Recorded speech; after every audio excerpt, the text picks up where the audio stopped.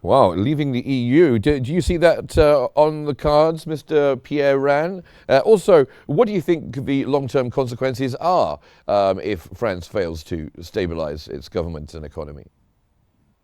Thank you for hosting me.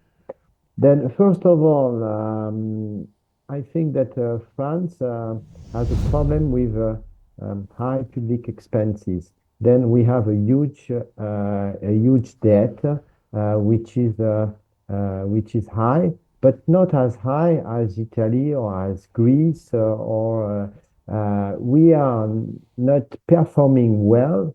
But I think that right now the problem in France is that we have deteriorations of the public expenses, deteriorations of the debt, but the situation is not as critical as the other guest tells you. Because I am in Paris, and right now I saw that there's a problem because we have to reimburse the debt, and with the increase of the interest rates in the last years, that means that we have 50 billion to reimburse just the interest of the debt every year. And that's the problem, is that with the increase of the interest rates, we have to reimburse more and more. That's the charge, of the debt.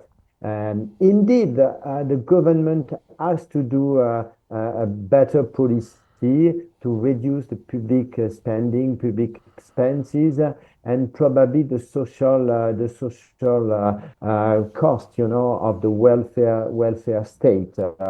That's the big problems, but there is not a political consensus to set up this kind of policy with more austerity, more rigor. Right now, we have political divisions with some parties, populist, extremist parties, which are not very constructive, even if they have the favor of many people, and the central bloc, around Mr. Macron, with the Republicans and the Socialists. We have to find a way, and probably a new prime minister, which who could be from a center political leader, to reach this consensus. And even if we haven't approved the budget, we could take the budget of last year,